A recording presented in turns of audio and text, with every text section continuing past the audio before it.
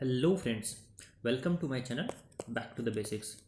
दोस्तों, हमारे चैनल का एक ही लक्ष्य है, एक ही टारगेट है to crack UPSC examination without any fear. दोस्तों, मैं यही चाहता हूं कि आप लोग अगर अगले एक दिन भी जिंदा रहते हैं तो वो दिन आपका जो है, आप एकदम एक शेर की भांति जिए। ठीक है, निर्भय होकर के। निर्भयता के लिए ज़रूरी है कि आपका जो कर्म है उसको आप बहुत अच्छे से करिए। तो जैसे आप स्टूडेंट हैं, आप यूपीएससी का ड्रीम है आपके मन में, तो अगर इस ड्रीम को आपको निर्भयता से प्राप्त करना है तो फिर आपको काफ़ी ज़्यादा मेहनत करना होगा। शेर आलसी नहीं होता है दोस्त, तो शेर बनना है तो मेहनत तो करना पड़ेगा। चलिए, इसी कड़ी में हम लोग इकोनॉमी से रिलेटेड एमसीक्यू सॉल्व कर रहे हैं, जिसमें से कि आज ये हमारा दूसरा वीडियो है। कल ये वीडियो बीच में स्टॉप हो गया था ऑडियो इशू के कारण, तो we will start from question number 17। अभी है ये आपका chapter 1, basics of Indian economy. Basics of Indian economy, तो यही क्वेश्चन नंबर 17 से ही हम लोग स्टार्ट करेंगे। जो लोग नए हैं उनसे एक ही रिक्वेस्ट है कि चैनल को सब्सक्राइब कर दीजिए, नोटिफिकेशन दबा दीजिए, ताकि जो एमसीक्यूज के जो दूसरे आगे आगे के वीडियोज हैं वो आपको टाइमली मिलते रहें और आपका प्रिपरेशन एकदम ऑन ट्रैक रहे। आइए क्वेश्चन नंबर 17 देखते हैं। Consider the statements with reference to sectors of Indian economy. Indian economy के सेक्टर्स के रिलेटेड क्वेश्चन है। पहला स्टेटमेंट पढ़िए। Secondary sector includes all industries that are concerned with the manufacturing of usable products और finished goods. तो दोस्तों, ये statement बिल्कुल सही है। सेकेंडरी सेक्टर यही करता है। प्राइमरी सेक्टर से मिलता है रॉ मटेरियल। प्राइमरी सेक्टर से क्या मिलता है? रॉ मटेरियल मिलता है। और सेकेंडरी सेक्टर क्या करता है? उसको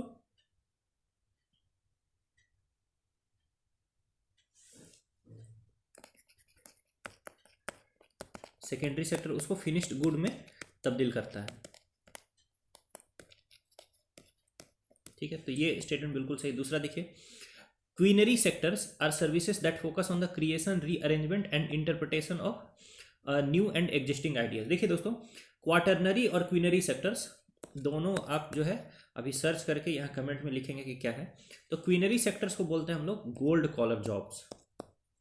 गोल्ड कॉलर जॉब्स ये एक तरीके से जो टर्सरी सेक्टर होता है उसका ही पार्ट होता है। टर्सरी सेक्टर का ही ये पार्ट होता है। कई बार इसको अलग सेक्टर के तौर पर काउंट करते हैं, तो वो डिपेंड करता है कि इकोनॉमिस्ट टू इकोनॉमिस्ट। तो ये जो क्वीनरी सेक्टर है उसमें यही लोग रहते हैं। ये लोग क्या करते हैं? ये लोग creation, rearrangement and interpretation of new and existing idea, जैसे कि कौन सी नई पॉलिसी बनाई जाए कि primary sector, secondary sector, tertiary sector ये सब अच्छे से परफॉर्म करे। तो इसके लिए अब जैसे इंडिया में हो जाएंगे नीति आयोग के सीईओ। ठीक है, तो वो प्राइमरी सेकेंडरी टर्सरी सेक्टर में काम नहीं कर रहे हैं, वो काम कर रहे हैं क्वीनरी सेक्टर में, और उनका जॉब भी है गोल्ड कॉलर जॉब। उनकी सैलरी बहुत ज़्यादा होगी, बहुत ही ज़्यादा होगी। ठीक है, तो इसको बोला जाता है क्वीनरी सेक्टर, ये ध्यान रखें।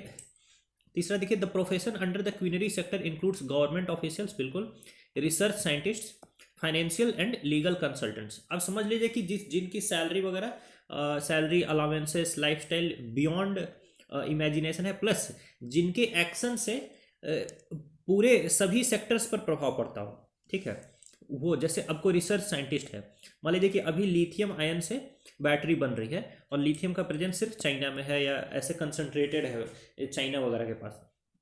कोई रिसर्च साइंटिस्ट ऐसा कर दे कि एल्यूमिनियम आयन से बहुत ही ज़्यादा इफेक्टिव बैटरी बना दे, तो पूरी की पूरी इंडस्ट्री चाइना की जो है वो कोलैप्स कर जाएगी। ठीक है, क्योंकि वो लिथियम बेस्ड उनका इंडस्ट्रीज है। ठीक है, पूरा का पूरा सेक्टर्स में चेंज आ सकता है दोस्तों। तो ये है क्वीनरी सेक्टर का पावर। तो थर्ड स्टेटमेंट बिल्कुल सही। फोर्थ देखिए, primary sector describes all industries that are engaged in the extraction of natural resources और the production of raw materials. तो बिल्कुल सही है, बेसिक डेफिनेशन दिया हुआ है प्राइमरी सेक्टर का। ठीक है, जो कि नेचुरल रिसोर्सेज के एक्सट्रैक्शन में काम करती है और ये रॉ मटेरियल्स को प्रोड्यूस करती है, जो कि फिर दूसरे इंडस्ट्रीज में जिसका कि यूज करके फिनिश्ड गुड्स बनाया जाता है। तो 17 का राइट आंसर क्या हो गया दोस्तों? Option number D, 1, 2, 3 and 4।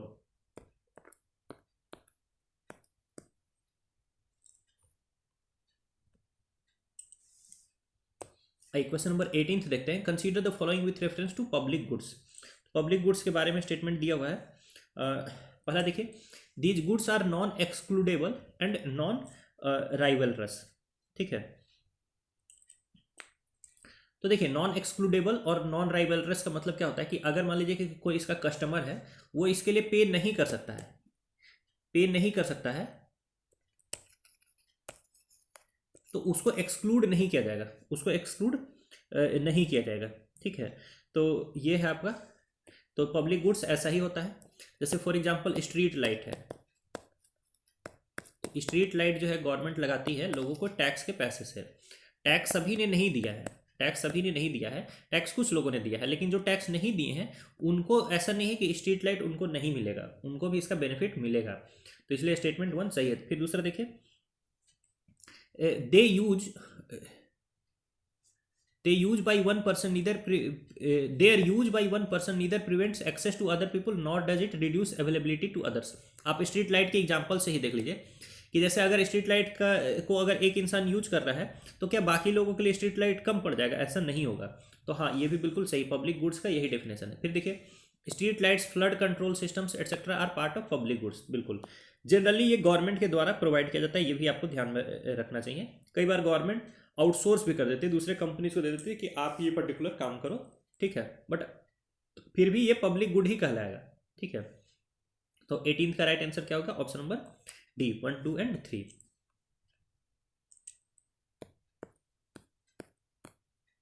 तो पढ़ लीजिए। आइए क्वेश्चन नंबर 19 देखते हैं। देखिए, एक्सप्लेनेशन आपको बहुत ज़्यादा पढ़ने की आवश्यकता नहीं, क्योंकि ज़्यादातर चीज़ें मैं आपको एक्सप्लेन कर दे रहा हूँ। ठीक है, बट अगर कुछ भी होगा फिर भी तो मैं रुक करके आपको बता दूंगा। 19th क्वेश्चन देखिए, the prices of producer goods, intermediate goods are not included in the summation of a country's gross domestic product. ठीक है, देखिए प्रोड्यूसर गुड्स क्या होता है? जैसे मान लीजिए आटा हो गया, और आटे से बनने वाला है ब्रेड। ठीक है, तो आटा क्या हो गया आपका? इंटरमीडिएट गुड हो गया, इंटरमीडिएट गुड हो गया या फिर प्रोड्यूसर गुड हो गया। ठीक है, मान लीजिए आटा खरीदा हम लोगों ने 10 रुपए का, जो आटा है वो 10 रुपए का है, और ब्रेड जो है 10 रुपए के आटे से बना 40 रुपए का ब्रेड। तो फाइनली कितना इकोनॉमिक प्रोडक्शन हुआ? 40 रुपए का ही प्रोडक्शन होगा। लेकिन अगर हम लोग इस आटे का प्राइस भी जोड़ लें तो टोटल जो नेट प्रोडक्शन हुआ, टोटल जो प्रोडक्शन हुआ है इकोनॉमी में, वो 40 रुपए का ही हुआ है, लेकिन ऐसा लगेगा कि टोटल 50 रुपए का प्रोडक्शन हुआ है। 10 रुपए का आटा इस कंपनी में एंटर हुआ तो कंपनी ने 40 रुपए का ब्रेड बना करके दिया। ठीक है, तो ओवरऑल टोटल कितना प्रोडक्शन हुआ है इस इकोनॉमी में? 40 रुपए का प्रोडक्शन हुआ है। ठीक है, 40 रुपए के प्रोड्यूस का गुड्स का प्रोडक्शन हुआ है। ठीक है, अगर आटे का प्राइस भी जोड़े हम लोग तो ऐसा फील होगा कि 50 रुपए का प्रोडक्शन हुआ, बट हुआ नहीं है। ठीक है, तो ये बात ध्यान रखें, क्योंकि ब्रेड वाली कंपनी ने क्या किया, 10 रुपए में सिर्फ 30 रुपए का वैल्यू एडिशन किया है, 30 रुपए का वैल्यू एडिशन किया है। ठीक है, 30 रुपए का वैल्यू एडिशन किया है। तो ये इसी कारण से हम लोग आटे का प्राइस नहीं जोड़ते, सीधा जो फाइनल गुड है उसी का प्राइस जोड़ते हैं। ठीक है, तो देखिए स्टेटमेंट्स पढ़िए, जो भी इससे मैच करेगा वो हमारा सही आंसर हो जाएगा। Because their inclusion would have no effect on GDP calculation. ऐसा नहीं है, अगर उनको इंक्लूड किया जाए तो जीडीपी कैलकुलेशन जो इन्फ्लेट हो जाएगी, इसलिए पहला गलत है। दूसरा देखिए, because their inclusion would lead to an under valued estimation of GDP. नहीं, इंटरमीडिएट गुड्स को अगर इंक्लूड करेंगे तो अंडर वैल्यूड एस्टिमेट नहीं जीडीपी का निकलेगा, जीडीपी का ओवर वैल्यूड एस्टिमेट निकलेगा। तीसरा देखिए, because their inclusion would lead to an over exaggerated double counted estimation of GDP. हाँ बिल्कुल, अगर हम लोग इसको ये इंटरमीडिएट गुड्स या प्रोड्यूसर गुड्स के जो प्राइस है उसको भी जोड़ते हैं तो हम लोग को over exaggerated, over valued GDP मिलेगा, क्योंकि कुछ चीज़ों की डबल काउंटिंग हो जाएगी। तो सी इज द करेक्ट आंसर। तो 19th का क्या हो गया राइट आंसर? सी। इसलिए इंटरमीडिएट गुड्स को नहीं जोड़ते हम लोग। अगर इंटरमीडिएट गुड्स को जोड़ना है तो फिर वैल्यू एडेड मेथड यूज करेंगे। जैसे गेहूं था 5 रुपए का, वीट था 5 रुपए का, और आटा है 10 रुपए का। तो इस प्रोसेस में यहाँ 5 रुपए से शुरू किए, और इस प्रोसेस में वीट टू आटा प्लस 5 रुपीज हुआ, वैल्यू एड सिर्फ 5 रुपीज का हुआ। ब्रेड हुआ अगर 30 रुपीज का। ठीक है, तो ये 10 से ये 30 तक गया, तो वैल्यू एड कितने का हुआ है? सिर्फ 20 रुपए का हुआ है। ठीक है, तो दो तरीका है कि वैल्यू एडिशन, जब किसान ने कितने का वैल्यू एडिशन किया? 5 रुपए का किया। आटा बनने में कितने का वैल्यू एडिशन हुआ? 5 रुपए का हुआ। और फिर ब्रेड बनने में कितने का वैल्यू एडिशन हुआ? 20 रुपए का। तो टोटल वैल्यू एडिशन कितना होगा? 20 + 5 + 5 यानी 30 रुपीज। तो ऐसे भी 30 रुपीज़ कैलकुलेट कर सकते हैं, या फिर सीधे जो फाइनल गुड है, फाइनल, ये बीच बीच में कुछ सब हटा दो, जो फाइनल गुड प्रोड्यूस हुआ उसका प्राइस कैलकुलेट कर लो। ठीक है, तो ये ध्यान में रखिएगा। तो ये हो गया दोस्तों आपका क्वेश्चन नंबर 19। आइए क्वेश्चन नंबर 20 पर चलते हैं। Consider the statements with reference to gross capital formation into Indian economy. तो ग्रॉस कैपिटल फॉर्मेशन की बात की जा रही है। ठीक है, आप सीधा समझिए, ग्रॉस का मतलब टोटल,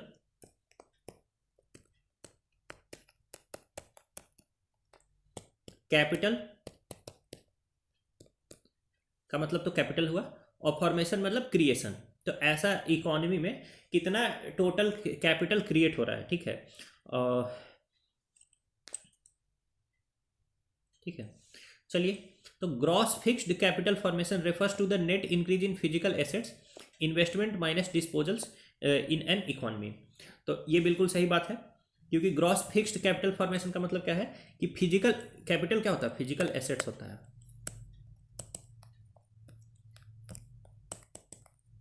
ठीक है, फिजिकल एसेट्स होता है। ठीक है, तो आप ग्रॉस फिक्स्ड कैपिटल फॉर्मेशन का मतलब क्या है कि ग्रॉस का मतलब हो गया नेट इंक्रीज, किस चीज़ में, फिजिकल एसेट्स में। ठीक है, और उसमें से आप माइनस कर दीजिए कि कोई अगर एसेट्स घटा है। ठीक है, जैसे मान लीजिए आपने 100 रुपये का कैपिटल जमा किया। ठीक है, लेकिन 30 रुपीज़ का कैपिटल आपको लॉस हुई हो गया है, तो ग्रॉस हो जाएगा आपका 100 माइनस 30, यानी 70 रुपीज़ का ग्रॉस कैपिटल फॉर्मेशन हुआ है। Gross fixed capital formation 70 rupees का हुआ है। तो ये स्टेटमेंट आपका पहला से। दूसरा देखिए, it includes all kinds of financial assets, stocks of inventories and other operating cost. देखिए यहाँ पर देख लीजिए ना, ग्रॉस फिक्स्ड लिखा हुआ है, तो क्या आपको लग रहा है कि ये stock of inventories fixed asset है। ठीक है, स्टॉक ऑफ इन्वेंट्रीज यानी कि मान लीजिए आपका गोडाउन है, गोडाउन में आपने कुछ सामान जमा करके रखा है, तो गोडाउन में सामान जमा करके रखा, वो फिक्स्ड एसेट नहीं है। हाँ, गोडाउन भले आपका फिक्स्ड एसेट है। तो स्टॉक ऑफ इन्वेंट्रीज ये सब फिक्स्ड कैपिटल नहीं है दोस्तों, ये सब एक तरीके से वर्किंग कैपिटल या मूविंग कैपिटल हो गया। ठीक है, तो दूसरा तो हो गया आपका गलत, पहला हो गया सही। तो 20 का राइट आंसर क्या हो गया, वो option number A, 1 only.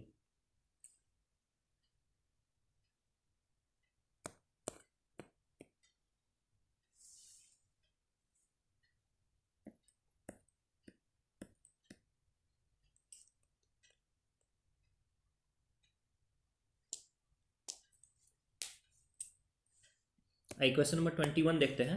With reference to gross domestic product, gross domestic product and gross national product, which of the following statements correctly explains the difference between them. ठीक है, सबसे पहले आप इसका ना फॉर्मूला लिख लीजिए, एक तरफ लिख लीजिए gross domestic product. Gross domestic product को अगर ग्रॉस नेशनल प्रोडक्ट बनाना है तो क्या करेंगे हम लोग, जीडीपी में हम लोग जोड़ेंगे net factor income earned from abroad is equal to क्या हो जाएगा, gross national income. National income क्या होता है, देखिए डोमेस्टिक प्रोडक्ट होता है आपका, डोमेस्टिक प्रोडक्ट होता है जितना production of final goods and services हुआ है within the boundary of a country, तो वो क्या है, डोमेस्टिक प्रोडक्शन। ठीक है, और जितना प्रोडक्शन हुआ है by all the citizens of the country, by all the citizens country of the country, यानी वो इंडिया में रह भी सकते हैं और इंडिया से बाहर भी रह सकते हैं, लेकिन अगर वो प्रोडक्शन में पार्टिसिपेट कर रहे हैं तो उनका प्रोडक्शन काउंट होगा ग्रॉस नेशनल प्रोडक्ट में। ठीक है, इसीलिए क्या करते हैं हम लोग, नेट फैक्टर इनकम को अब्रॉड से जोड़ते हैं, क्योंकि नेट फैक्टर इनकम का अर्थ क्या है कि अगर कोई इंडिया में रह रहा है विदेशी और वो प्रोड्यूस कर रहा है तो उसको घटाना भी है, और प्लस बाहर में कोई इंडियन रह रहा है और वो अगर कुछ इनकम अर्न कर रहा है तो उसको जोड़ना है। ठीक है, तो चलिए ठीक है, इसमें आपको दिक्कत नहीं होगा। स्टेटमेंट 1 पढ़ते हैं। Gross domestic product is the value of all final goods and services produced with in the geographical boundary of a nation during 1 year period, whereas gross national product is the GDP of a country minus its income from abroad. Minus income from abroad नहीं करना है, plus income from abroad minus income of foreign nationals. ठीक है, तो ये गलत हो गया आपका। दूसरा देखिए, GDP is a quantitative concept whereas GNP is both quantitative as well as qualitative concept.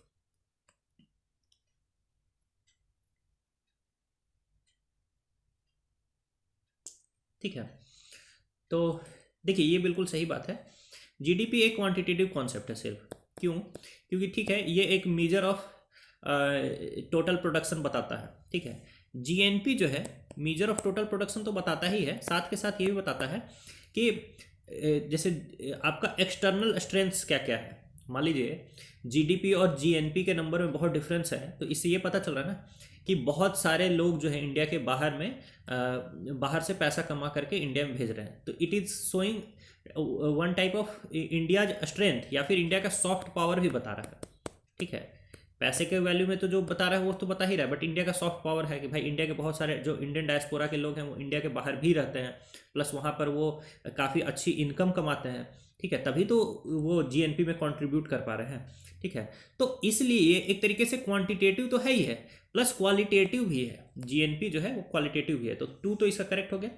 3 देखिए, GDP index indicates the internal as well as external strength. GDP नहीं बताता एक्सटर्नल स्ट्रेंथ, एक्सटर्नल स्ट्रेंथ बताता है आपका GNP. GNP जो है वो internal और एक्सटर्नल स्ट्रेंथ दोनों बताता है, जीडीपी सिर्फ इंटरनल स्ट्रेंथ बताता है। Where GNP of a country indicates the internal strength. तीसरा गलत है। 4th देखिए, private remittances constitute the part of GDP whereas interest on external. देखिए रेमिटांस जो जो इनकम बाहर से आ रहा है वो क्या होगा, वो जीडीपी का पार्ट नहीं होगा, वो किसका पार्ट होगा, वो जीएनपी का पार्ट होगा, ठीक है। तो 4th भी क्या है, गलत है। तो 21 का राइट आंसर क्या हो गया, 2 only is the correct answer.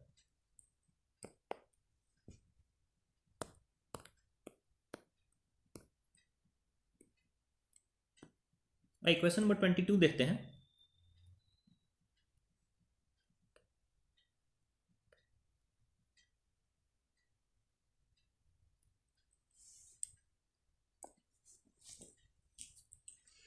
देखिए, with reference to the calculation of national income के कैलकुलेशन के रिस्पेक्ट में which of the following statements are correct about cost and price in context of national income counting, ठीक है। तो इसको देखते हैं हम लोग कि नेशनल इनकम के रिस्पेक्ट में कॉस्ट और प्राइस के रिस्पेक्ट में क्या क्या स्टेटमेंट सही है। पहला देखिए, factor cost is also known as production cost as it is the input cost the producer has to incur in the process, whereas market cost is derived after adding the indirect taxes to the factor cost of the product, ठीक है। पहला बिल्कुल सही statement. Factor cost का मतलब है कि जो फैक्ट्री में कोई सामान को बनाने में, फैक्टर से ही फैक्ट्री समझ लीजिए, सामान को प्रोड्यूस करने में जो कॉस्ट आया है एक तरीके से इनपुट कॉस्ट हो गया,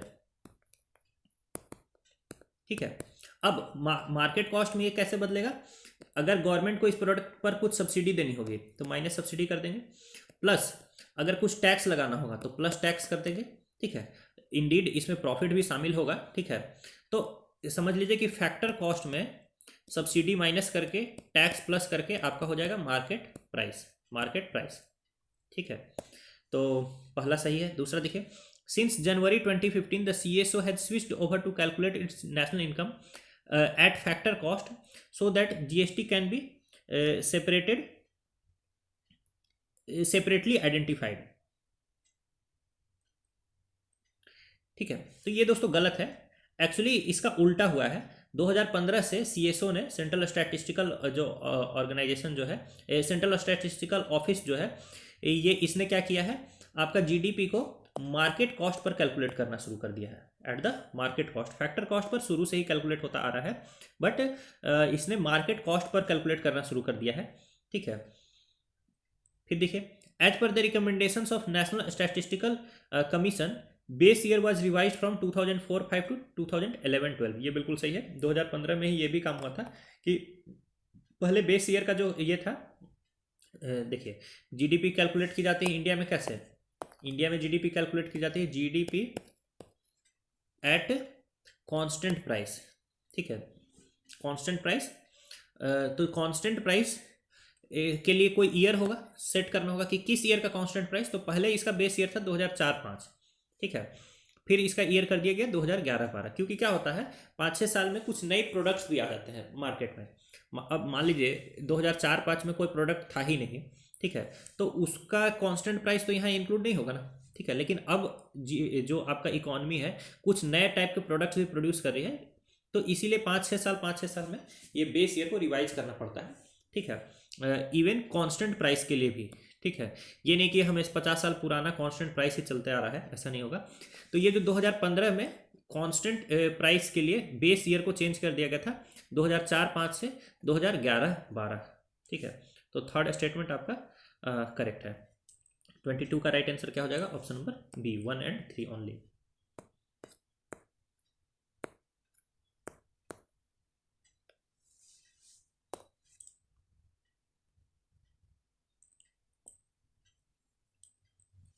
आइए, in context of comparing GDP and GVA, consider the following statements। ठीक है, तो gross value added indicates the value added by various sectors at supply side, whereas GDP is arrived by adding up all expenditures done in the economy, which indicates the demand side। ठीक है, आप ऐसा समझ लीजिए कि GDP है customer, ठीक है, और GVA है प्रोड्यूसर। ठीक है, तो कस्टमर को जो जो प्राइस पे करना पड़ा तो वो हो गया GDP, और GVA हो गया प्रोड्यूसर को कितना लगा। ठीक है, ये एक तरीके से हो गया फैक्टर कॉस्ट, और ये हो गया मार्केट प्राइस। तो अब देखिए GDP, GVA से GDP पर पहुंचना है तो क्या करेंगे? GVA और माइनस सब्सिडी और प्लस टैक्स कर देंगे। अब ये इतना सिंपल कैलकुलेशन नहीं है, क्योंकि इसमें अलग अलग प्रोडक्ट के लिए सब्सिडी अलग अलग दिया गया होगा और अलग अलग टैक्स लगा होगा, बट नेट सब्सिडी जितना भी दिया गया है उसको माइनस कर दीजिए, और नेट टैक्सेस जितना भी ऐड किया लगा है उसको ऐड कर दीजिए, तो GVA से आप पहुंच जाएंगे GDP में। ये नेट इनडायरेक्ट टैक्स होगा, इनडायरेक्ट टैक्स होगा। ठीक है, तो एनीवेज, तो ये हो गया आपका पहला स्टेटमेंट, बिल्कुल करेक्ट है। दूसरा देखिए,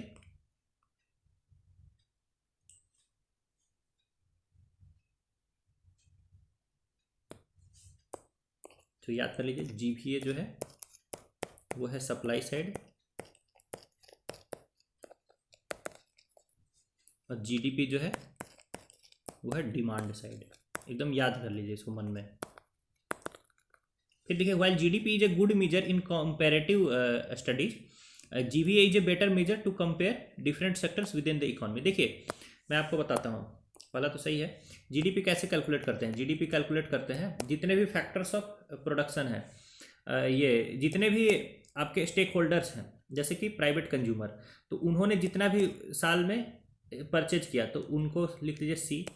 ठीक है, प्लस जो प्राइवेट सेक्टर है उसने जितना भी इन्वेस्टमेंट किया उसको लिख लीजिए I, प्लस गवर्नमेंट ने जितना भी इन्वेस्टमेंट किया उसको लिख लीजिए G, प्लस इसमें से जो भी प्रोडक्शन इंडिया में हुआ लेकिन एक्सपोर्ट हो जाएगा, ठीक है, उसको घटाना है, नहीं, जो एक्सपोर्ट हुआ है उसको जोड़ना है। ठीक है, क्योंकि वो प्रोड्यूस इंडिया में हुआ है। ठीक है, और प्रोडक्शन में इंडिया में प्रोड्यूस हुआ तो GDP में काउंट होगा, और जो इंपोर्ट हो रहा है उसको सब्ट्रैक्ट करना है, तो एक्सपोर्ट माइनस इंपोर्ट, तो x माइनस एम। ठीक है, तो ये हो गया आपका GDP का वैल्यू। और GVA क्या होता है? GVA होता है जैसे प्राइमरी सेक्टर है, सेकेंडरी सेक्टर है, टर्सरी सेक्टर है। तो प्राइमरी सेक्टर में मान लीजिए कि वैल्यू ऐड हुआ 10 रुपये का, फिर सेकेंडरी सेक्टर में वैल्यू ऐड हुआ 30 रुपये का, टर्सरी सेक्टर में वैल्यू ऐड हुआ 60 रुपये का। तो इसको जोड़ करके हम लोग निकालते हैं GVA। तो GVA से ये भी पता चल रहा है ना कि प्राइमरी सेक्टर कैसा परफॉर्म करेगा। अगर प्राइमरी सेक्टर सिर्फ 10 ही रुपये का वैल्यू ऐड करी है तो इससे हम लोग को ये पता चल रहा है कि प्राइमरी सेक्टर पर ज़्यादा काम करने की आवश्यकता है। तो GVA is a better measure to compare different sectors with in the economy, different sectors with in the economy. और GDP जो है कॉम्परेटिव स्टडीज, एक इकोनॉमी का दूसरे इकोनॉमी से कंपेयर करने के लिए GDP गुड है, अच्छा है, और एक इकोनॉमी के अंदर अलग अलग सेक्टर्स को कंपेयर करने के लिए GVA सही आपका टूल हो गया। तो 2 स्टेटमेंट भी करेक्ट है दोस्तों। 23rd का राइट आंसर क्या हो जाएगा? Option number C, both 1 and 2।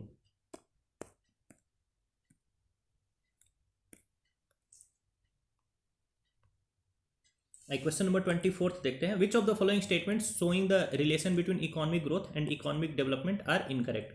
ठीक है, पहले समझ लीजिए इकोनॉमिक ग्रोथ एक क्वांटिटेटिव एस्पेक्ट है, वेयर एज इकोनॉमिक डेवलपमेंट एक क्वालिटेटिव एस्पेक्ट है। ठीक है, तो पहले देखिए economic growth is a quantitative term, where economic development is a qualitative term, तो ये तो बिल्कुल सही है। दूसरा देखिए, higher economic growth automatically brings in higher economic development. आप पर्सनल लेवल पर समझिए, किसी इंसान की सैलरी बढ़ गई तो उसको कहेंगे इकोनॉमिक ग्रोथ। तो क्या उसका जो स्टैंडर्ड ऑफ लाइफ है वो हमेशा इंप्रूव ही होगा? ऐसा जरूरी नहीं है। मान लीजिए पहले वो गांव में रह करके 20,000 रुपये कमाता था, ठीक है। अब वो किसी ऐसे सिटी में जा करके 30,000 रुपये कमाता है जहाँ पर कि वाटर पॉल्यूटेड है, एयर पॉल्यूटेड है, ठीक है, रेंट बहुत हाई है, ट्रैफिक कंजेस्टेड रहता है, तो आने जाने में उसको बहुत टाइम लगता है, उसके कारण उसका हेल्थ खराब हो रहा है, हाइपर टेंशन हो रहा है। तो ये economic growth automatically economic development में कन्वर्ट नहीं हुआ, इवन दो इकोनॉमिक ग्रोथ हुआ लेकिन ऑपोजिट ऑफ इकोनॉमिक डेवलपमेंट हो गया यहाँ पर। तो ठीक है, तो इसलिए सेकेंड स्टेटमेंट इनकरेक्ट है दोस्तों।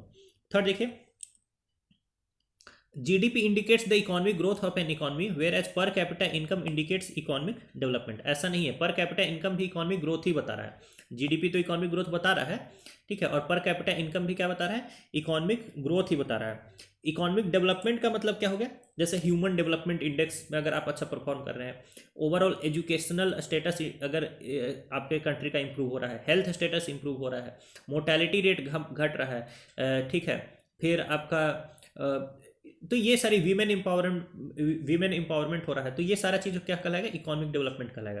तो पर कैपिटा इनकम भी इकोनॉमिक डेवलपमेंट का ट्रू इंडिकेटर नहीं है, ये इकोनॉमिक ग्रोथ का ही पार्ट हुआ। तो थर्ड स्टेटमेंट भी क्या हो गया, गलत हो गया।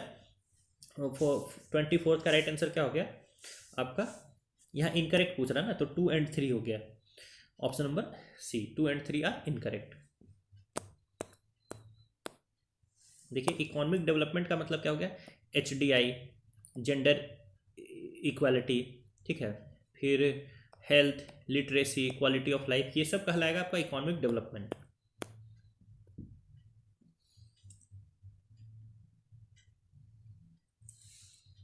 ठीक है, विच of the following perfectly explains meaning of GDP of an economy.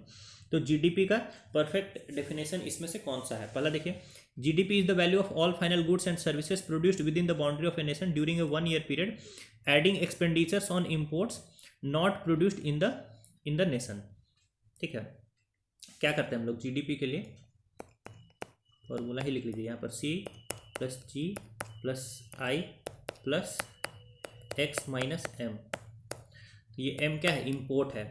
Import को क्या कर रहे हैं, ऐड कर रहे हैं कि घटा रहे हैं, देखिए इम्पोर्ट को घटा रहे हैं, और यहाँ क्या लिखा है, एडिंग एक्सपेंडिचर्स ऑन इम्पोर्ट, तो पहला गलत हो गया।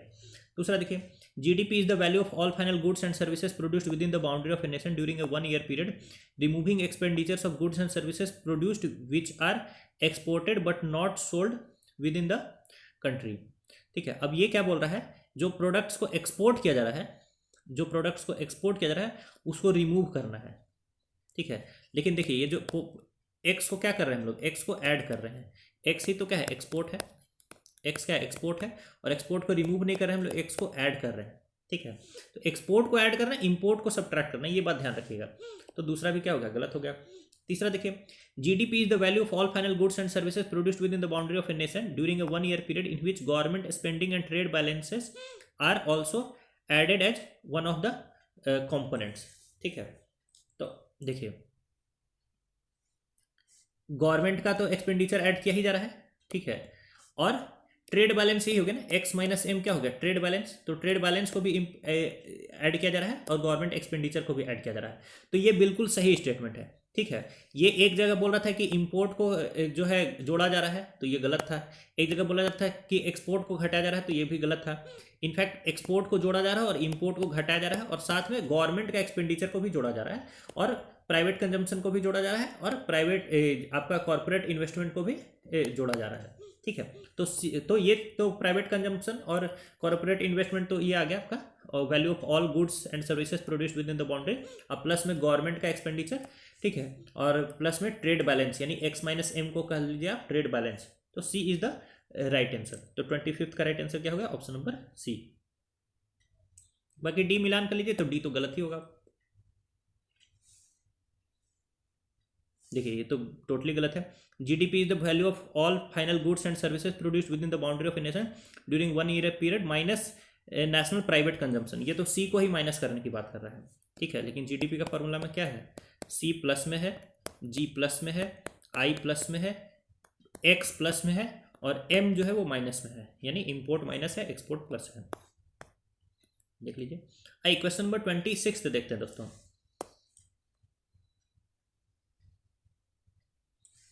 Consider the following statements with respect to purchasing power parity.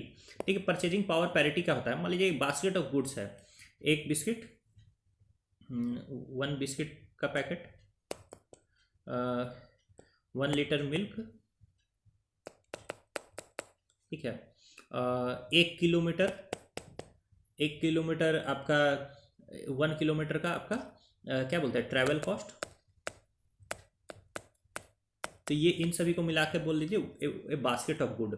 तो इस बास्केट ऑफ गुड को अगर एक्सेस करने में इंडिया में लग रहा है $1, ठीक है, और अमेरिका में लग रहा है इसी बास्केट को एक्सेस करने के लिए, इतना ही बास्केट अफोर्ड करने के लिए लग रहा है $5 खर्च हो रहा है, ठीक है। तो इसका मतलब क्या हुआ कि इंडिया में जो इंसान $100 कमाता होगा और यूएस में जो इंसान $500 कमाता होगा, तो भले देखने को ही $500 कमा रहा है, ठीक है, लेकिन इसका स्टैंडर्ड ऑफ लिविंग इस $100 वाले इंसान के बराबर ही होगा। मेरी बात समझ गए? तो इसी को बोलते हैं परचेजिंग पावर पैरिटी, कि ये भले $100 ही कमा रहा है, लेकिन इसका $100 इसके $500 के पावर के परचेजिंग पावर के इक्वल है, ठीक है। तो ये समझ गए आप। अब आइए स्टेटमेंट्स देखते हैं। It is the rate at which the currency of one country would have to be converted into that of another country to buy the same amount of goods and services in each country। ठीक है, तो ये तो बिल्कुल आपका क्या हो गया, सही हो गया दोस्तों, ठीक है, अभी समझाया मैंने आपको। फिर देखिए PPP exchange rates are more volatile than market exchange rates. ये गलत है। जो मार्केट एक्सचेंज रेट रहता है दोस्तों, मार्केट एक्सचेंज रेट किस पर डिपेंड करता है? मान लीजिए जो रुपीज है, रुपीज और डॉलर का कन्वर्टेबिलिटी इस पर डिपेंड करता है कि रुपीज की डिमांड ज़्यादा है या डॉलर की डिमांड ज़्यादा है, और इसके बहुत सारे फैक्टर्स हो सकते हैं। मान लीजिए कि यूएस फेडरल रिजर्व क्या करता है कि डॉलर के ऊपर इंटरेस्ट रेट बढ़ा देता है, तो डॉलर की डिमांड अधिक हो जाएगी, ठीक, क्योंकि लोग डॉलर लेकर के भागना चाहेंगे। उस केस में रुपए का जो वैल्यू है वो कम हो जाएगा, ठीक है। बट परचेजिंग पावर पैरिटी में इतनी वॉलेटिलिटी नहीं होती है, तो इसलिए दूसरा स्टेटमेंट क्या हो गया, गलत हो गया। जो मार्केट एक्सचेंज रेट रहता है वो ज़्यादा वॉलेटाइल होता है, जनरली ज़्यादा वॉलेटाइल होता है than the purchasing power parity. Purchasing power parity एक तरीके से स्टेबल चीज़ है। तीसरा देखिए, PPP exchange rates do not consider the different quality of goods among countries. ये बिल्कुल सही बात है। मान लीजिए कि हमने क्या किया, इंडिया के एक बास्केट ऑफ गुड्स को कंपेयर किया यूएस के बास्केट ऑफ गुड्स से, लेकिन मान लीजिए जो बिस्किट इंडिया में खरीद रहे हैं और जो बिस्किट यूएस में खरीद रहे हैं, इसकी क्वालिटी में ही बहुत अंतर है। तो इसका अपने पास कोई तरीका नहीं है कंपेयर करने का इस चीज़ को, ठीक है, इसका कंपेयर करने का तरीका ही नहीं है। बहुत सारी सर्विसेज ऐसी, जैसे आप सैलून में जाते हैं बाल कटाने के लिए, ठीक है, तो वो हो गया, एक होता है इटालियन सैलून,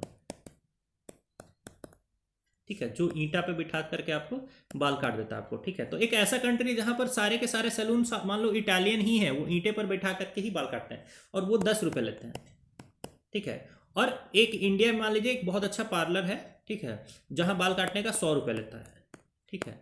अब आप क्या करें कि परचेजिंग पावर पैरिटी करने के चक्कर में वहां पे भी तो बाल ही कटा है और यहाँ पर भी तो बाल ही कटा है, ठीक है। तो उस देश के ₹10 को इंडिया के ₹100 से आप इक्वल करें, बट ये गलत है। इंडिया में ₹100 में आपको एक दूसरे टाइप की सर्विस मिल रही है। The service is actually different. सिर्फ बाल कट रहा है ये मत सोचिए, आपको बिठा करके एसी रूम में बिठा करके अच्छे से आपका बाल काटा जा रहा है। बट इन चीज़ों को पीपीपी में कंसीडर करना बहुत डिफिकल्ट हो जाता है, तो ये क्वालिटी कंसिडरेशन पीपीपी में मिस हो जाता है दोस्तों। तो इस बात को आप ध्यान में रखिएगा कि quality consideration of different goods are not accounted for in the PPP. तो 26 का राइट आंसर क्या होगा? Option number B, 1 and 3 only.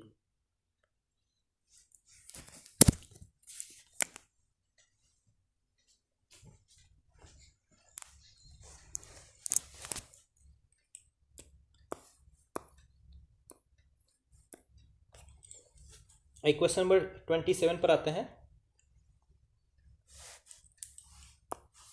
देखिए, consider the following with reference to nominal effective exchange rate, ठीक है।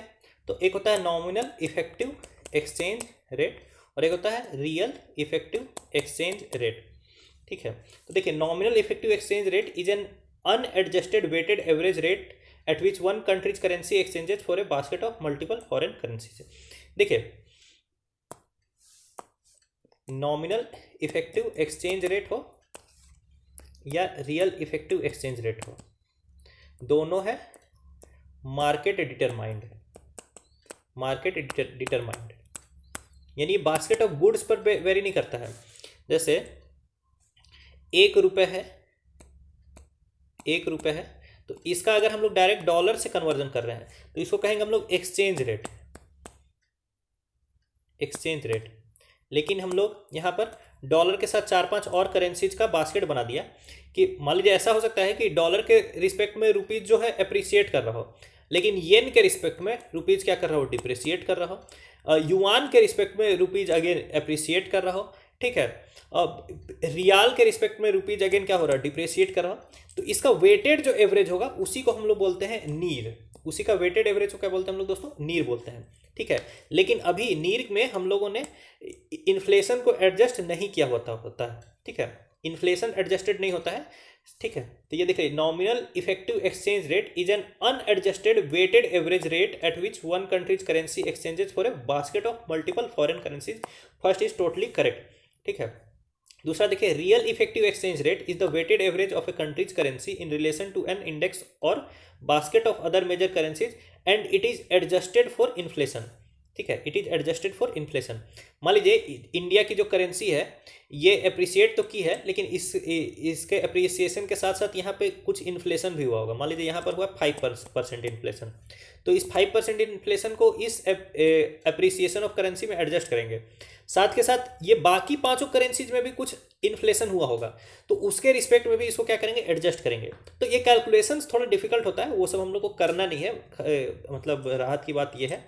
But yes, real effective exchange rate में inflation को भी एडजस्ट करेंगे against a basket of currency. और हमेशा याद रखिएगा, ये नीर और रीर जो है सिंगल करेंसी के एस्पेक्ट में एक्सचेंज रेट नहीं है, it is exchange rate against a basket of currency, यानी ढेर सारे करेंसीज की बात की जा रही है। तो 2 इज ऑल्सो करेक्ट। 27 का right answer is option number C, both 1 and 2।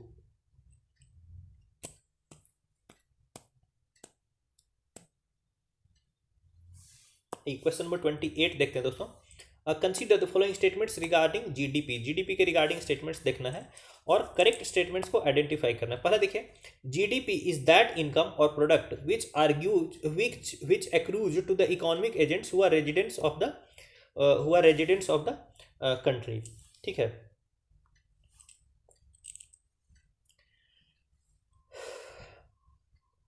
तो ये दोस्तों एक्चुअली स्टेटमेंट क्या हो गया, गलत हो गया। इंडिया की बाउंड्री के अंदर प्रोडक्शन होना चाहिए, उस प्रोडक्शन में अगर कोई फॉरेनर भी पार्टिसिपेट करेगा तो उसको भी तो इनकम होगा ही ना, उसको भी इनकम होगा, ठीक है। इसलिए पहला स्टेटमेंट तो क्या हो गया आपका, इनकरेक्ट है। दूसरा देखिए, the income earned by NRIs will be part of India's gross national product.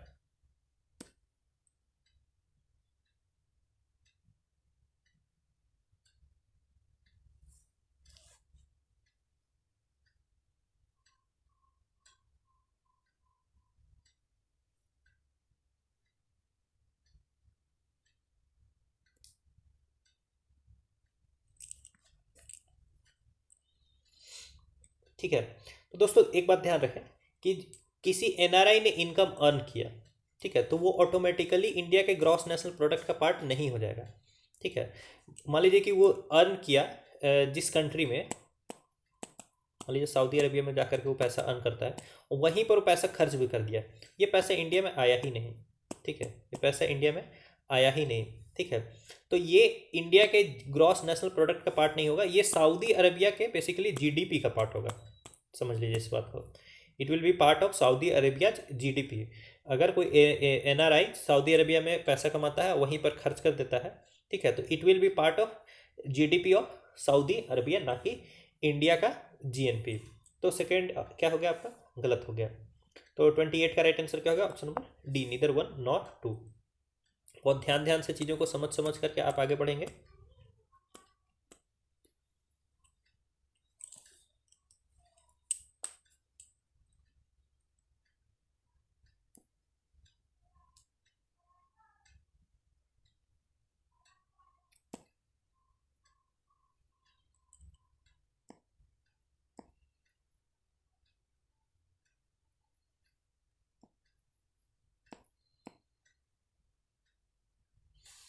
आइए net factor income from abroad की बात करते हैं। तो it is difference between factor income received by residents of India working abroad and factor income paid to the foreign residents for working in India. तो बिल्कुल सही बात है, net factor income from abroad ये होता है कि इंडियंस जो बाहर कमा रहे हैं, ठीक है, माइनस जो जो फॉरेनर्स जो इंडिया में कमा रहे हैं। तो ये स्टेटमेंट बिल्कुल सही है। फिर दूसरा देखिए, the net factor income from abroad is always positive and can never be negative. ये तो टोटली वाहियात सेंटेंस है। मान लीजिए कि इंडियंस जो है वो कम कमा रहे हैं बाहर जा करके और फॉरेनर्स इंडिया में आकर के ज़्यादा कमा रहे हैं, तो ये net factor income from abroad क्या हो जाएगा, ये निगेटिव हो जाएगा। ठीक है, तीसरा देखिए, net compensation of employees, net compensation of employees and net income from property and entrepreneurship are the only two components of net factor income। ठीक है, तो देखिए बाहर से जो भी इकोनॉमिक एजेंट्स पैसे कमाएंगे उसको बोला जाएगा नेट फैक्टर इनकम में वो काउंट होगा। ठीक है, अब इकोनॉमिक एजेंट्स क्या क्या हो सकते हैं, इम्प्लॉयज हो सकते हैं, वो हो गया इकोनॉमिक एजेंट। ठीक है, कोई प्रॉपर्टी वहाँ पर है इंडिया की तो उससे रेंट वगैरह आता है तो वो हो गया एक तरीके का इकोनॉमिक एजेंट। ठीक है, अब मान लीजिए इंडिया की कोई कंपनी ही बाहर में ऑपरेट कर रही है, जैसे ओएनजीसी विदेश लिमिटेड, ठीक है, तो वहाँ ओएनजीसी विदेश लिमिटेड इस कंपनी को जो प्रॉफिट हुआ और उसको वो इंडिया भेज रही है, तो ये भी क्या हो गया, net factor income from abroad में ही काउंट होगा। तो सिर्फ ये दो ही तरीके नहीं है नेट फैक्टर में, यानी एम्प्लॉयज की सैलरी ही सिर्फ फैक्टर नहीं है और प्रॉपर्टीज के ऊपर रेंट ही सिर्फ फैक्टर नहीं है। ठीक है, ये कोई जो कंपनी बाहर से प्रॉफिट कमा रही है वो प्रॉफिट भी इसी का पार्ट होगा। तो तीसरा क्या हो गया आपका, गलत हो गया दोस्तों। तो 29 का राइट आंसर क्या हो गया, ऑप्शन नंबर ए, 1 ओनली। देखिए तीन मेन कंपोनेंट्स हैं, एक तो नेट कंपेंसेशन ऑफ एम्प्लॉयज, फिर net income from property and entrepreneurship, फिर देखिए net retained earnings of resident companies abroad, यानी इंडिया की कंपनी जो बाहर से पैसा कमा रही है वो हो गया, वो भी इसमें जोड़ी जाएगी। फिर देखिए आइए 30 नंबर क्वेश्चन पे, ये बहुत इजी क्वेश्चन है, ये सब क्वेश्चन आपको मिस नहीं करना है। जैसे ब्लैक रिवॉल्यूशन क्या है, ठीक है, तो ब्लैक रिवॉल्यूशन किससे रिलेटेड है, ब्लैक रिवॉल्यूशन रिलेटेड है पेट्रोलियम प्रोडक्ट से। तो ए का हो गया क्या, 4। फिर सिल्वर रिवॉल्यूशन किससे रिलेटेड है, तो ये एग से ही, एग प्रोडक्शन से ही रिलेटेड है, तो बी का हो गया क्या आपका, नंबर 2। फिर पिंक रिवॉल्यूशन किससे रिलेटेड है दोस्तों, तो pink revolution meat and poultry से रिलेटेड है, और प्लस पिंक रिवॉल्यूशन मेडिसिन से भी रिलेटेड होता है, बट खैर यहाँ पर पिंक रिवॉल्यूशन किससे रिलेटेड हो जाएगा, मीट एंड पोल्ट्री प्रोडक्शन से, तो सी का हो गया 3। और येलो रिवॉल्यूशन किससे रिलेटेड है, तो ये ऑयल सीड प्रोडक्शन से रिलेटेड है, तो डी का क्या हो गया, 1।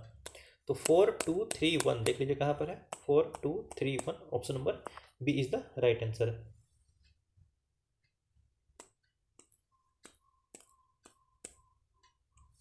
देख लीजिए इसको एकदम अच्छे से याद कर लीजिए, black revolution petroleum production, blue revolution fish production, brown revolution leather production, golden revolution आपका horticulture honey and fruit production, green revolution तो agriculture, grey revolution fertilisers, pink revolution meat and poultry, और साथ में यहाँ पर मेडिसिन भी हो जाएगा, फार्मास्यूटिकल ड्रग्स। फिर silver revolution egg production, white revolution हो जाएगा आपका डेयरी मिल्क प्रोडक्शन, फिर येलो रिवॉल्यूशन हो जाएगा आपका ऑयल सीड प्रोडक्शन से रिलेटेड। सो ध्यान में रखिएगा। एक क्वेश्चन नंबर 31 देखते हैं दोस्तों।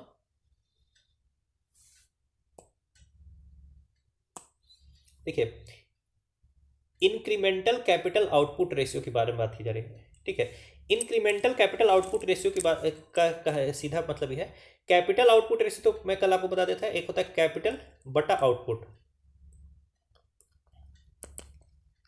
कैपिटल बटा आउटपुट, इसी को बोलेंगे कैपिटल आउटपुट रेशियो, एकदम एज सिंपल एज दैट। ठीक है, इस रेशियो को मान लीजिए आप कुछ भी के बोल दीजिए। तो इंक्रीमेंटल कैपिटल आउटपुट रेशियो का मतलब क्या है कि कैपिटल थोड़ा सा बढ़ाते हैं, मान लीजिए 1 यूनिट बढ़ाते हैं, 1 यूनिट बढ़ाते हैं, तो आउटपुट में कितना यूनिट चेंज होगा, आउटपुट में कितना यूनिट चेंज होगा, इसी रिलेशन को हम लोग बोलते हैं इंक्रीमेंटल कैपिटल आउटपुट रेशियो। ठीक है, तो पहला देखिए, the incremental capital output ratio explains the relationship between the level of investment यानी capital made in the country and the consequent increase in GDP. GDP हो गया आपका, आउटपुट से रिप्रेजेंट कर दीजिए जीडीपी को। तो जितना इन्वेस्टमेंट बढ़ाते हैं उसके रिस्पेक्ट में आउटपुट यानी जीडीपी किस तरह से चेंज होती है, इसी को बोलते हैं इंक्रीमेंटल कैपिटल आउटपुट रेशियो। तो पहला स्टेटमेंट बिल्कुल करेक्ट है। दूसरा देखिए, the measure is used predominantly in determining a country's level of production efficiency, and a higher incremental capital output ratio is preferred as it indicates a country's production is more efficient। एक बात ध्यान रखिए कि capital output ratio अगर ज़्यादा अलग सही है। दूसरा देख लिए, के का वैल्यू है, ये हो गया आपका कैपिटल टू आउटपुट। के मान लीजिए ज़्यादा है, के ज़्यादा है, ठीक है, यानी ज़्यादा कैपिटल लगाने से आपको क्या होगा, कम आउटपुट प्रोड्यूस होगा, तभी तो के का वैल्यू ज़्यादा होगा ना, ठीक है। कैपिटल आउटपुट रेशियो यदि अधिक है तो ये एक तरीके से निगेटिव चीज़ है, ये बात याद रखिएगा कि कैपिटल आउटपुट रेशियो जो है हम लोग का होना चाहिए कम, ताकि कम कैपिटल लगाने से ज़्यादा आउटपुट मिले, ठीक है। कैपिटल आउटपुट रेशियो अगर अधिक है, higher capital output ratio is not preferred, a lower capital output ratio is preferred, क्योंकि कम कैपिटल में ही ज़्यादा आउटपुट मिले हम लोगों को, ठीक है। तो दूसरा स्टेटमेंट क्या है, इनकरेक्ट है दोस्तों। तो 31 का राइट आंसर क्या हो गया, इनकरेक्ट पूछा जा रहा है, तो option number B 2 only is the right answer.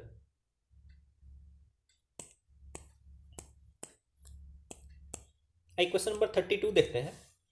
Consider the following statements regarding natural farming, ठीक है।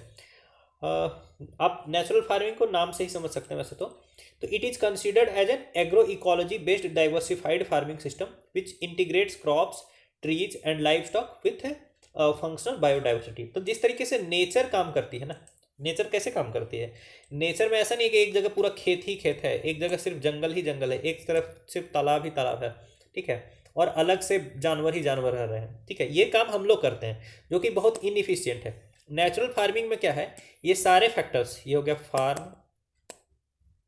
फॉरेस्ट, पॉन्ड, ठीक है, फिर आपका लाइव स्टॉक। फॉरेस्ट में ये सारे क्या करते हैं, इकट्ठे काम करते हैं ना, मिलजुल करके काम करते हैं। तो यही हुआ नेचर, और नेचुरल फार्मिंग में यही काम करेंगे हम लोग, ठीक है। ये डाइवर्सिफाइड फार्मिंग होगी जिसमें इन सारे फैक्टर्स को इंटीग्रेट कर दिया जाएगा, ठीक है। इंटीग्रेट जैसा नेचर काम करती है वैसे उसी को डुप्लीकेट करने का काम किया जाएगा। तो पहला स्टेटमेंट बिल्कुल सही है दोस्तों, ठीक है। दूसरा देखिए, it will reduce the governments heavy subsidy burden and also prevent water pollution, ठीक है। नेचुरल फार्मिंग जब की जाएगी तो सबसे पहले क्या क्या चीज़ नहीं देना होगा, फर्टिलाइजर सब्सिडी नहीं देना होगा, ठीक है। फर्टिलाइजर सब्सिडी नहीं देना, फर्टिलाइजर, पेस्टिसाइड, जंगल में कौन सा पेस्टिसाइड यूज होता है, फिर भी वहाँ पे पेड़ पौधे उगते हैं, अपना फल देते हैं, सब कुछ करते हैं, और नेचुरल फार्मिंग ही होगी तो उसी तरीके से होगी। तो फर्टिलाइजर्स, पेस्टिसाइड्स, इन सब का जो सब्सिडी गवर्नमेंट दे रही है वो तो बच जाएगा। दूसरी बात कि ये अदरवाइज पानी में जाकर के वाटर को क्या करते हैं, पोल्यूट करते हैं, तो वो वाटर का पोल्यूशन भी बचेगा, ठीक है। तो सेकेंड स्टेटमेंट भी बिल्कुल क्या है, करेक्ट है। तो 32 का राइट आंसर क्या हो गया दोस्तों, option number C, both 1 and 2। देखिए, इंडिया में इसको प्रमोट किया जा रहा है नेचुरल फार्मिंग को, भारतीय प्राकृतिक कृषि पद्धति प्रोग्राम के द्वारा, जो कि एक सेंट्रली स्पॉन्सर्ड स्कीम है अंडर परंपरागत कृषि विकास योजना, ठीक है। तो परंपरागत कृषि विकास योजना के अंतर्गत भारतीय प्राकृतिक कृषि पद्धति प्रोग्राम को प्रमोट किया जा रहा है, ठीक है। चलिए 33rd नंबर क्वेश्चन देख लेते हैं। What is the possible impacts of the rise in direct tax collection. Direct tax collection अगर बढ़ रहा है, ठीक है, तो पहला देखिए, it will reduce the crowding out effect. सबसे पहले क्राउडिंग आउट इफेक्ट क्या, तो वो समझ लीजिए। क्राउडिंग आउट इफेक्ट क्या कहता है, मान लीजिए कि एक इकोनॉमी है, इकोनॉमी में लिक्विडिटी यानी पैसे जो है, मनी फिक्स है, वैसे फिक्स होता नहीं है कुछ भी, लेकिन मान लीजिए मनी का अमाउंट कुछ फिक्स कर लिया गया। अब इस मनी को गवर्नमेंट ज़्यादा से ज़्यादा बोरो कर ले रही है, इसका 80% अगर गवर्नमेंट क्या कर ली, बोरो कर ली अपने गवर्नमेंट प्रोजेक्ट्स के लिए, तो प्राइवेट सेक्टर को क्या होगा, प्राइवेट सेक्टर के पास सिर्फ 20% ही फंड बचेगा। आप ऐसा बोल सकते हैं ना कि प्राइवेट सेक्टर जो है वही ज़्यादा ये कर ले, मनी बोरो कर ले, बट ऐसा नहीं होगा। अगर गवर्नमेंट और प्राइवेट सेक्टर दोनों ही मनी बोरो करना चाहेंगे तो बैंक किसको पैसा देना प्रीफर करेगा, गवर्नमेंट को। क्यों, क्योंकि गवर्नमेंट डिफॉल्ट नहीं करेगी, गवर्नमेंट जितना भी पैसा लेगी, भले इंटरेस्ट अगर कुछ कम भी देती है तो government will always return the money back. ठीक है। तो गवर्नमेंट सेक्टर के साथ प्राइवेट सेक्टर कभी भी compete नहीं कर सकते हैं, ठीक है। तो पैसा क्या हो गया, पैसा मार्केट से निकाल लिया गया, यानी क्राउडिंग आउट हो गया पैसे का। तो अब सोचिए कि डायरेक्ट टैक्स कलेक्शन अगर बढ़ा है तो क्राउडिंग आउट इफेक्ट क्या होगा, घटेगा कि बढ़ेगा? क्राउडिंग आउट इफेक्ट घटेगा। क्यों? क्योंकि गवर्नमेंट के पास ऑलरेडी टैक्स है, ऑलरेडी टैक्स का पैसा है, तो वो मार्केट से पैसा ज़्यादा बोरो नहीं करेंगे। तो पहला स्टेटमेंट बिल्कुल करेक्ट है। दूसरा देखिए, it will increase interest rates and higher GDP growth rate, ठीक है। It will increase interest rates and higher GDP growth rate, तो पहला तो सही है। दूसरे पर आते हैं। अब सोचिए इंटरेस्ट रेट कब बढ़ेगा, इंटरेस्ट रेट कब बढ़ेगा? मनी तो फिक्स है, उस मनी को डिमांड कर रही है अगर गवर्नमेंट भी और प्राइवेट सेक्टर भी,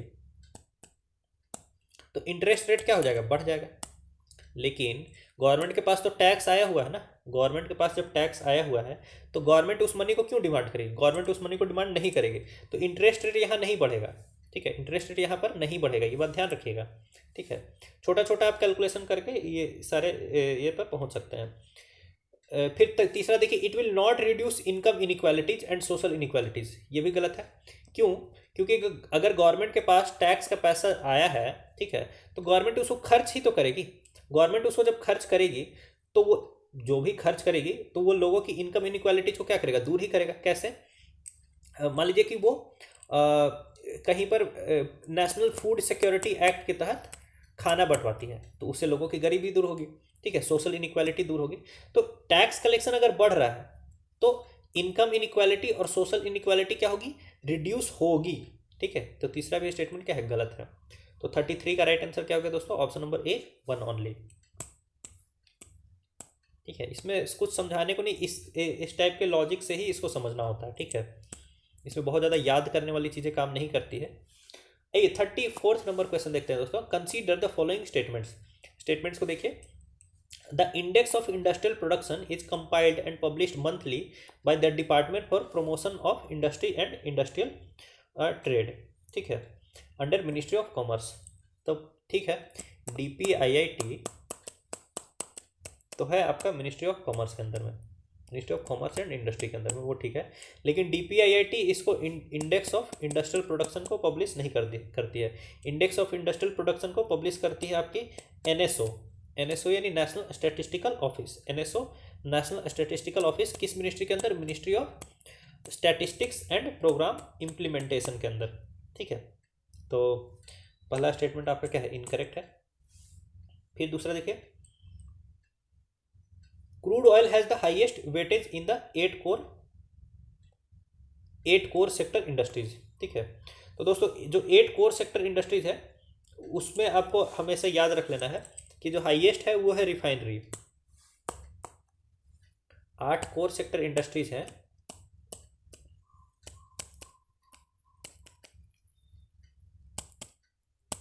और ये इंडस्ट्री ही कैसा परफॉर्म कर रही है इसी के लिए निकाला जाता है इंडेक्स ऑफ इंडस्ट्रियल प्रोडक्शन, ठीक है। किसके द्वारा निकाला जाता है, NSO के द्वारा निकाला जाता है। किस मिनिस्ट्री के अंदर है NSO, ministry of statistics and programme implementation के अंदर है।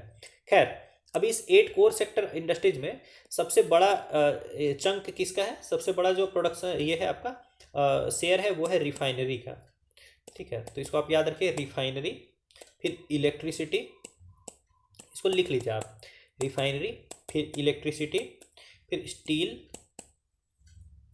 फिर कोल। रिफाइनरी, इलेक्ट्रिसिटी, स्टील, कोल, फिर क्रूड, क्रूड यानी क्रूड ऑयल, क्रूड ऑयल, फिर नेचुरल गैस, फिर सीमेंट, फिर फर्टिलाइजर। इसको याद कैसे करेंगे आप, वो आप पे डिपेंड करता है आप कैसे याद करें। लेकिन refinery products, electricity, steel, coal, crude, natural, cement, fertiliser. Natural मतलब नेचुरल गैस, ठीक है। Refinery, electricity, steel, coal, crude, natural, cement, fertiliser. इसको आप याद कर लीजिएगा, जैसे भी आपको याद करना है वो सब आप पे डिपेंड करता है। खैर तो पहला स्टेटमेंट क्या है, गलत है। दूसरा भी गलत है, क्रूड का हाईएस्ट वेटेज नहीं है, ठीक है। क्रूड यहाँ आता है 5वें नंबर पर, ठीक है। Refinery, electricity, steel, coal, crude, natural, फिर सीमेंट, फिर फर्टिलाइजर, ठीक है। तो दूसरा आपका गलत है। तीसरा देखिए, the index of industrial production is the only measure of the physical volume of physical volume of production. ठीक है, तो ये बिल्कुल सही बोल रहा है। ठीक है, कि ये जो कोर सेक्टर से रिलेटेड आपका जो वॉल्यूम ऑफ प्रोडक्शन है उसका ओनली मेजर यही है, इंडेक्स ऑफ इंडस्ट्रियल प्रोडक्शन ही है। जितने भी आपके जैसे लोगों को डेटा चाहिए होता है अलग अलग चीज़ों के कैलकुलेशन के लिए, वो इसको ही रेफर करते हैं, आईआईपी को ही रेफर करते हैं, अलग अलग मिनिस्ट्रीज। ठीक है, फिर इंटरनेशनल बॉडीज भी वो सारे इसी को रेफर करते हैं। ठीक है, तो 34 का 3 इज द स्टेटमेंट 3 यानी option number B is the right answer. देख लीजिए, index of industrial production is the only measure of physical volume of production, इसके अलावा और कोई मेजर नहीं है फिजिकल वॉल्यूम ऑफ प्रोडक्शन का। फिर देखिए, it is used by government in agencies including ministry of finance, RBI, और भी जितने भी लोगों को पॉलिसी मेकिंग पर्पस के लिए चाहिए होता है इंडस्ट्रियल प्रोडक्शन का डेटा, तो वो सीधा आईआईपी को ही रेफर करते हैं। आइए क्वेश्चन नंबर 35 देखते हैं दोस्तों, और 35 लास्ट क्वेश्चन है, तो आप इसको ट्राई करिए। ठीक है, पहले देखिए, consider the following statements regarding rule curve. Okay, मैं आपको बताया तो नहीं हूँ इसके बारे में, बट अब ये लास्ट क्वेश्चन है तो अब आपको ही इसका आंसर करना होगा। तो अ रूल कर्व और rule level specifies the storage और empty space to be maintained in a reservoir during different times of year. ठीक है, तो ये आप बताइए, is it a right statement और is it a wrong statement. फिर देखिए, it displays how household expenditures on a particular good और services varies with change in household income. ठीक है, तो again you have to tell me if it is right और wrong. ठीक है, फिर तीसरा देखिए, it is a part of the core safety mechanism in a dam and decides the fluctuating storage levels in reservoir. तो again you have to tell me it is a right statement और wrong statement. ठीक है, तो rule curve इसको आप Google करिए या जो करिए, आपको पहले से पता है तो that is a good thing. ठीक है, नहीं पता है तो आई थिंक आपको इतना एफर्ट डालना चाहिए कि अगर देखिए ये सब टाइप का वर्ड जो है ना, रूल कर्व, ये सब पूछ सकता है। क्यों? क्योंकि ये सब टेक्निकल कीवर्ड्स हैं, और टेक्निकल कीवर्ड्स आपको आप देखते होंगे जब भी प्रीवियस ईयर क्वेश्चंस देखते होंगे तो क्वेश्चंस एकदम लदे हुए रहते हैं टेक्निकल कीवर्ड से। ठीक है, तो डोंट स्किप इट। अगर यही क्वेश्चन आ जाता है फॉर एग्जांपल, मतलब ऐसा नहीं बोल रहा हूँ कि ये आएगा, तो आपको बहुत बुरा लगेगा अगर आप एग्जाम में भी गलत करके आते हैं तो खैर, इनकरेक्ट स्टेटमेंट यहाँ पर मार्क करना है आपको। Try to give a very detailed answer, very detailed answer. चलिए, इसको मैं तेज़ी से पार करता हूँ। तो दोस्तों, ये था हमारा आज का सेशन। हम लोग एक और नए वीडियो में मिलेंगे अगर आपको ये सेशन बेनिफिशियल लग रहा है। ठीक है, देखिए, इकोनॉमी सॉल्व करने का अप्रोच अलग होता है, पॉलिटी में मोस्टली आपको चीज़ें याद रखनी होती है, इकोनॉमी में कुछ चीज़ें आपको याद तो रखनी होती है। ठीक है, और कुछ चीज़ों को समझ समझ करके, ठीक है, सॉल्व करना होता है, तो इसका अप्रोच अलग होगा। आप अगर पूरा का पूरा सेशन अटेंड करते हैं, ठीक है, अभी लगभग 20 सेशंस आएंगे पूरे इकोनॉमी के, 20 सेशंस आएंगे पूरे इकोनॉमी के। पूरा सेशन आप मेरे साथ अटेम्प्ट करते हैं तो इस बात की मैं आपको गारंटी देता हूँ कि इकोनॉमी के क्वेश्चंस सॉल्व करने का अप्रोच आपको एकदम, देखिए, एक होता है सीखना और एक होता है इनग्रेन कर लेना या इंटरनलाइज करना, तो ये अप्रोच पूरा आपको इंटरनलाइज हो जाएगा, आपके क्वेश्चंस बहुत ही कम गलत होंगे दोस्तों। ठीक है, तो इसीलिए इस सीरीज को एकदम रेगुलरली फॉलो करिए, रिलीजियसली फॉलो करिए। वीडियो अच्छा लगा तो आप इसको लाइक कर दीजिए, वीडियो को शेयर करना आपको चाहिए। ठीक है, एंड चैनल को सब्सक्राइब करिए। मिलेंगे आपसे एक और नए वीडियो में, आप सभी का बहुत बहुत धन्यवाद।